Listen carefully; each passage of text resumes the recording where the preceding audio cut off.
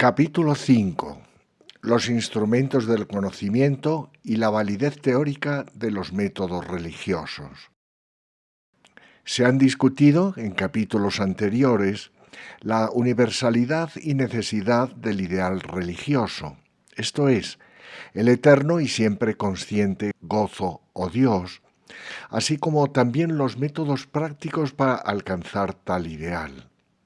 Analizaremos a continuación la validez de estos últimos. Los métodos descritos anteriormente son esencialmente prácticos. Si los seguimos, alcanzaremos con seguridad el ideal, aun cuando no nos ocupemos en absoluto de las teorías implicadas en ellos. Su validez queda demostrada por los resultados prácticos, palpables y reales que aportan. Debemos reconocer que no es en modo alguno necesario comprender las bases teóricas que apoyan esa validez. No obstante, para satisfacer a diversas mentalidades, discutiremos a priori la validez de las teorías del conocimiento en las que tales métodos se basan, con el objeto de que dicha validez sea comprendida también desde un punto de vista teórico. Deberemos, pues, abordar un asunto epistemológico. ¿Cómo y hasta qué punto nos es posible conocer el ideal, la verdad? Para comprender cómo podemos llegar a conocerla, deberemos estudiar los medios a través de los cuales conocemos el mundo que nos rodea. Investigaremos si acaso el proceso que conduce al conocimiento de este mundo es o no el mismo que lleva al conocimiento del ideal, y si el mundo exterior se encuentra separado del ideal o si este último abraza en sí al primero.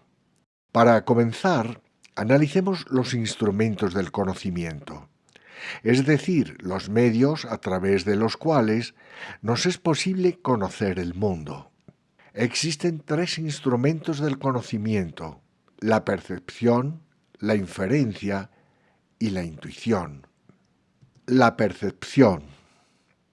Nuestros sentidos son semejantes a ventanas a través de las cuales los estímulos penetran desde el exterior y son registrados por nuestra mente, que recibe de manera pasiva esas impresiones.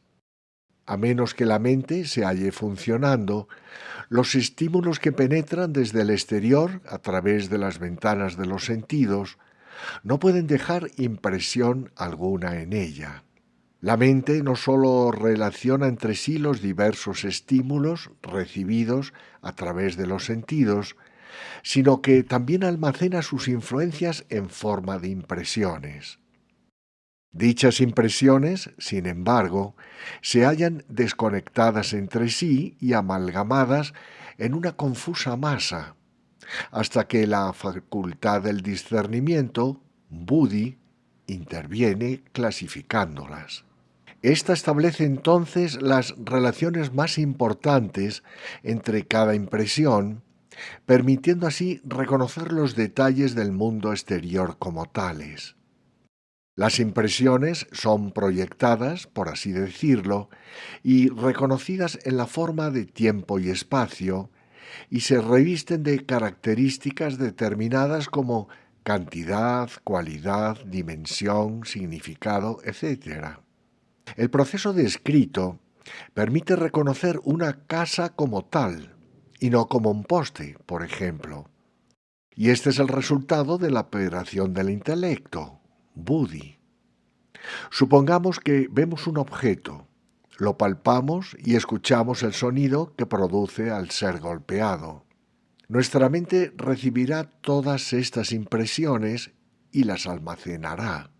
Buddhi las interpretará y las proyectará en el tiempo y el espacio, reconociendo el objeto, por ejemplo, como una casa con sus diversas cualidades de tamaño, forma, color, estilo, etc., y su relación con otras casas del presente, pasado o futuro. Así es como el conocimiento del mundo surge en nosotros.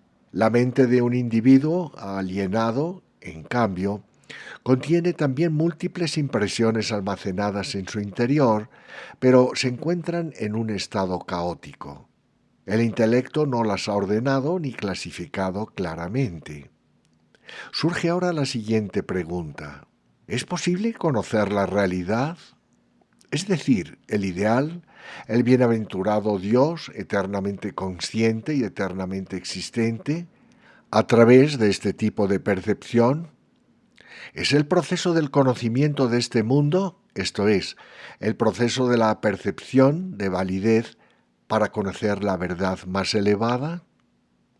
Sabemos que la operación del intelecto se basa únicamente en el material aportado por los sentidos. Por otro lado, es un hecho el que los sentidos nos entregan exclusivamente impresiones de cualidad y variedad. Así pues, el intelecto mismo opera en términos de variedad y permanece limitado a esa esfera, aun cuando le es posible pensar en el concepto de unidad en la diversidad. El intelecto no puede ser uno con la unidad. Y aquí yace su limitación.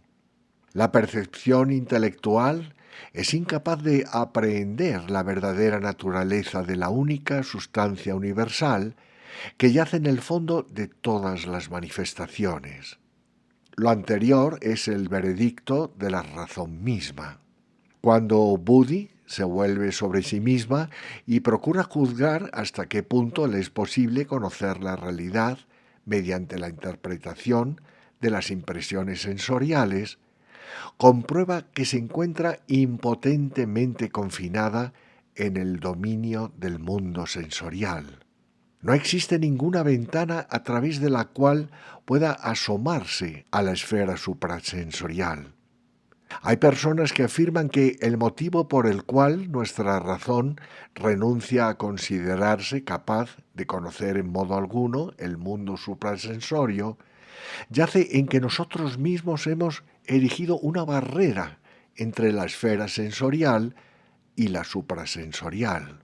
Dichas personas declaran que si consideramos que el mundo suprasensorio se manifiesta en el mundo sensorio y a través de él, conoceremos el primero expresado como unidad en la diversidad, al conocer intelectualmente el segundo con su plan general y sus detalles y variedades. No obstante, habría que preguntar, ¿cuál es la naturaleza de ese conocimiento?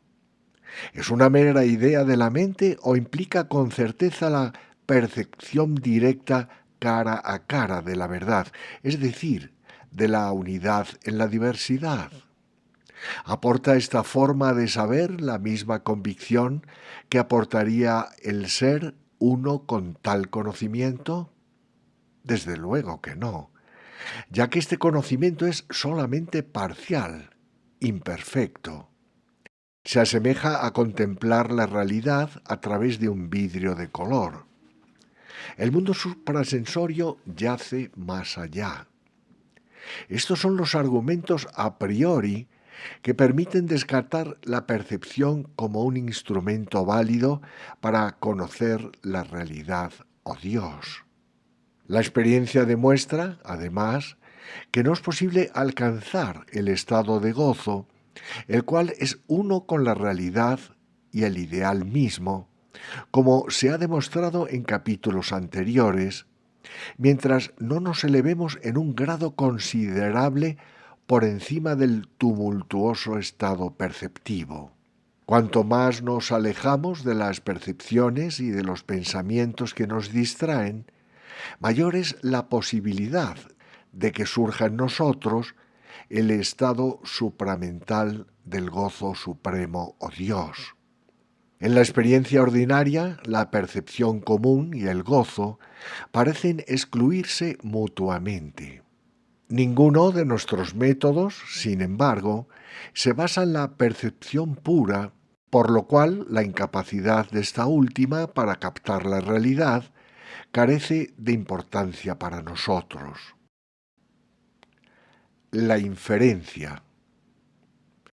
Este es otro de los medios a través de los cuales conocemos el mundo. Sin embargo, la inferencia misma, ya sea deductiva o inductiva, se basa en la experiencia o percepción. Así, por ejemplo, nuestra experiencia registra que donde hay humo hay fuego. De ahí que toda vez que vemos humo, deducimos que debe de existir fuego. Esta es una inferencia deductiva, la cual es posible solamente debido a que poseemos una experiencia previa, basada en la percepción, que nos indica que el humo está asociado con el fuego. La inferencia inductiva depende igualmente de la percepción.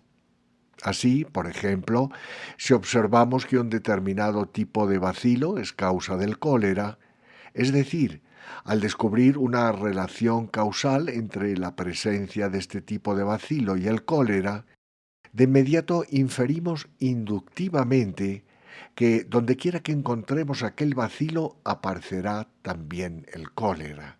Aun cuando se aprecia aquí un salto de los casos conocidos de cólera a los casos desconocidos, este tipo de inferencia no nos aporta en verdad ningún dato nuevo.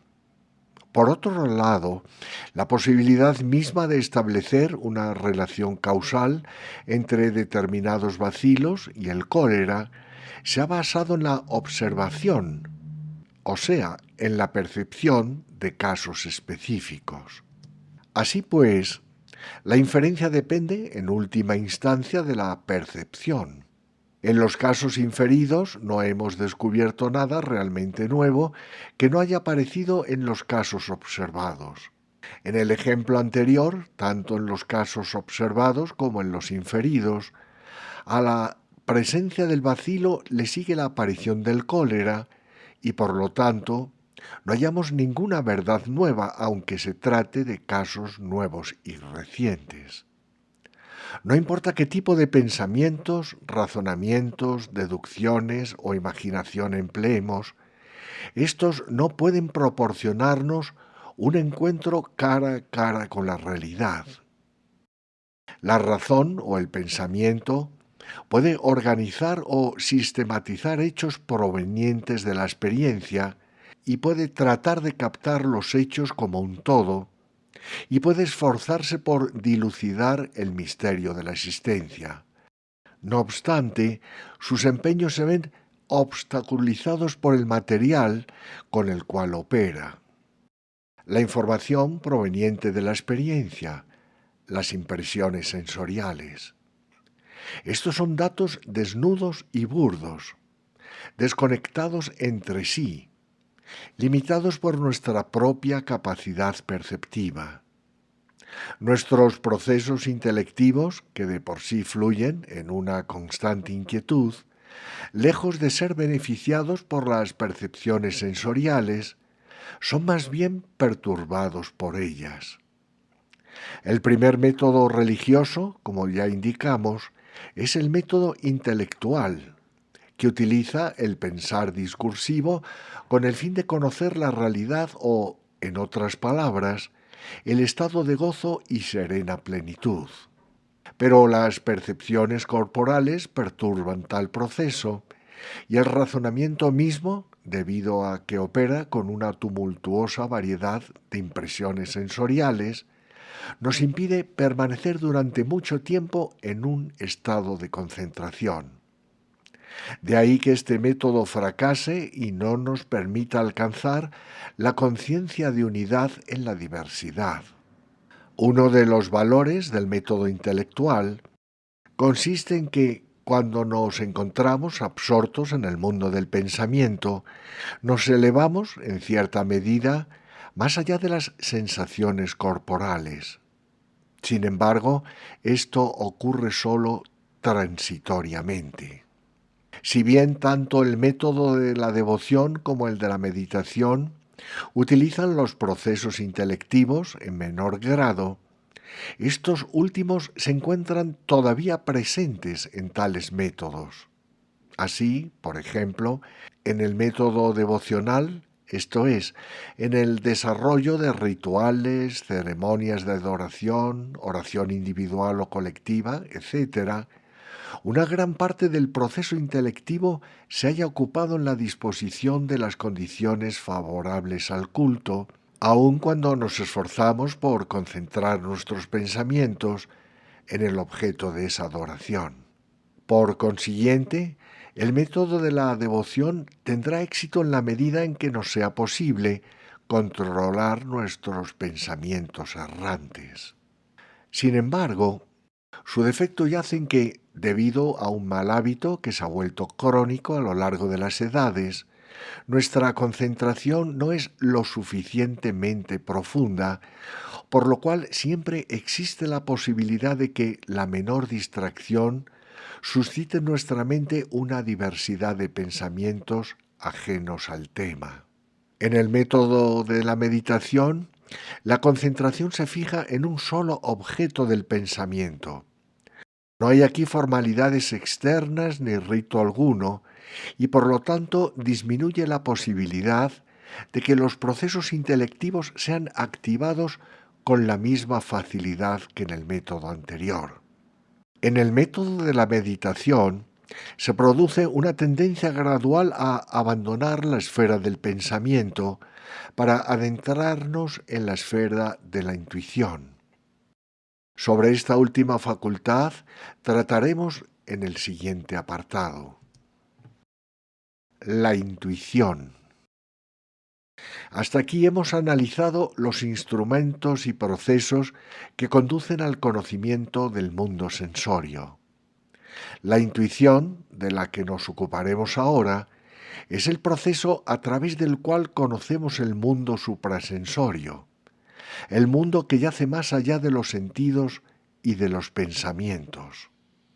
Es verdad que lo suprasensorio se expresa en lo sensorio y a través de éste, y conocer lo último en forma completa implica conocer lo primero.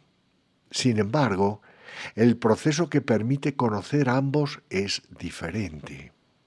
¿Somos capaces, acaso, de conocer siquiera el mundo sensorial en su plenitud exclusivamente a través de la percepción y del pensamiento? Ciertamente no. Innumerables son los hechos, fenómenos y leyes de la naturaleza, incluso de nuestro propio organismo, que permanecen aún desconocidos para la humanidad. Si ni siquiera nos es posible conocer plenamente lo sensorio a través de la percepción y del pensamiento, mucho menos podremos conocer el reino suprasensorial mediante tales procesos. La intuición proviene del interior, el pensamiento del exterior.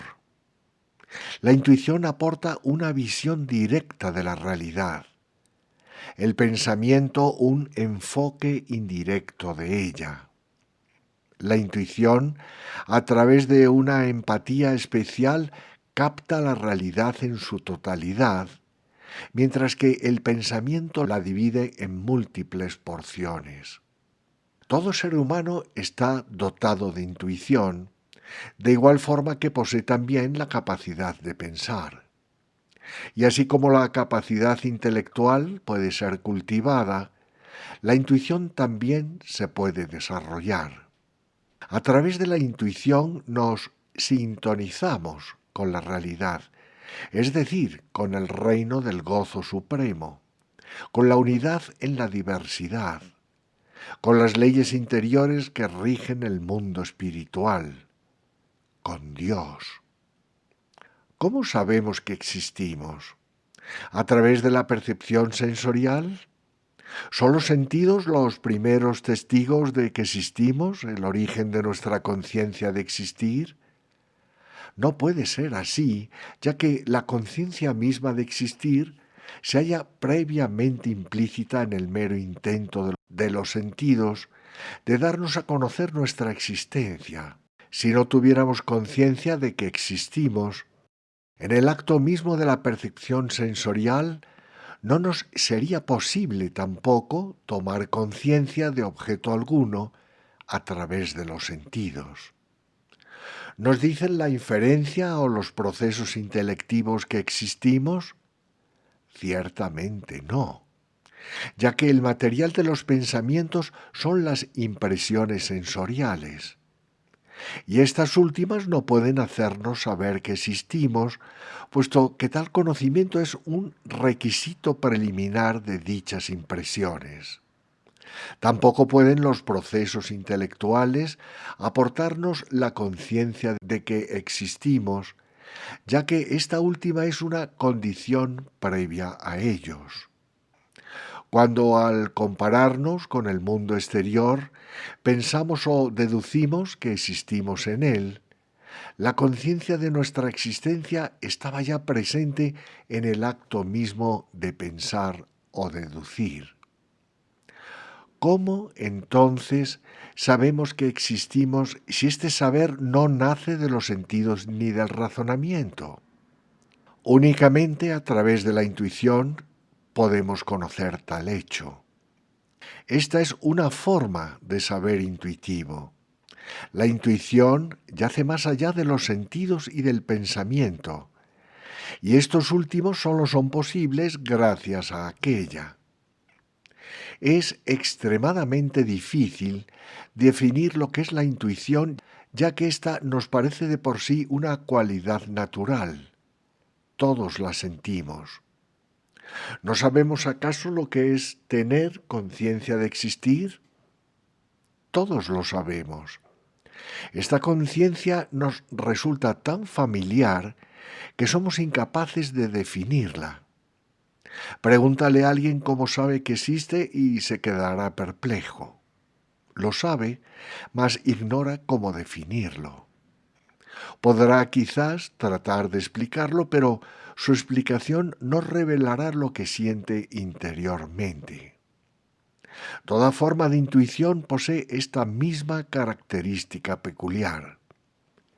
El cuarto método religioso, explicado en el último capítulo, se basa en la intuición. Cuanto más sinceramente procuremos practicarlo, más amplia y segura será nuestra visión de la realidad o Dios. La intuición es el medio a través del cual la humanidad alcanza la divinidad. Mediante la intuición, el mundo sensorio llega a conectarse con el suprasensorio y es posible sentir que la presencia de lo suprasensorio se expresa en lo sensorio y a través de éste. En el plano intuitivo, la influencia de los sentidos se desvanece. Los pensamientos inoportunos desaparecen. Logramos percibir el supremo gozo de Dios y nace en nosotros la conciencia del todo en uno y uno en todo. Esta es la clase de intuición que han poseído todos los sabios y profetas de la humanidad. Como se ha explicado en el capítulo anterior, el tercer método o método de la meditación, cuando se practica con profundidad, nos conduce también al reino de la intuición. No obstante, dicho método es un tanto indirecto y requiere habitualmente de un tiempo más prolongado para producir en nuestro interior los sucesivos estados de percepción intuitiva o realización espiritual. A través de la intuición es posible percibir a la divinidad en todos sus aspectos. Así pues, es a través de la intuición como es posible percibir a la divinidad en todos sus aspectos. No disponemos de sentido alguno que pueda revelarnos a Dios. Los sentidos nos aportan solamente un conocimiento de las manifestaciones divinas. Ningún pensamiento o deducción nos permite tampoco conocerle tal como realmente es, pues el pensamiento no puede ir más allá de la información que aportan los sentidos. Tan solo puede organizar e interpretar las impresiones sensoriales. Si los sentidos son incapaces de conducirnos a Dios, el pensamiento, que depende directamente de ellos, es igualmente incapaz de hacerlo. Solo recurriendo a la intuición podremos conocer a Dios, ya sea como bienaventuranza o en cualquier otro de sus aspectos.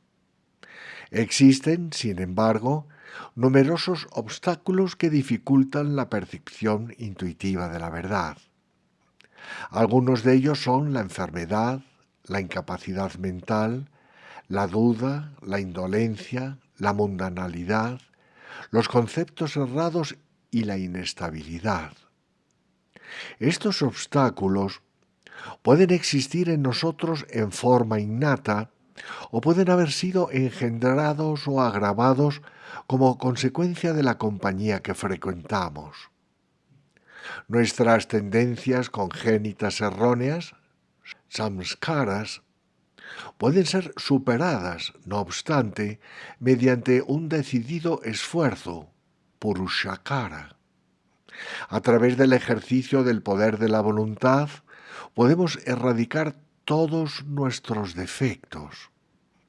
Mediante el esfuerzo apropiado y el cultivo de buenas compañías, asociándonos con devotos de Dios, nos es posible desechar todos nuestros malos hábitos y adquirir hábitos buenos. Mientras no nos asociemos con quienes han contemplado, sentido y experimentado la verdadera religión en sus vidas, no podremos saber plenamente en qué consiste ésta y en qué radica su universalidad y necesidad.